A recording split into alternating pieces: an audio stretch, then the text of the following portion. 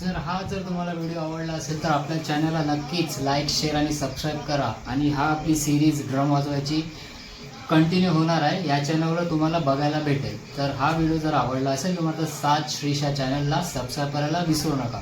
आणि मी दुसरं कुठलं गाणं वाजवू हे मला नक्की कमेंट करून तुम्ही सांगा. धन्यवाद. दर्याचे बारोबारी नाकवा होर नाही चालेल.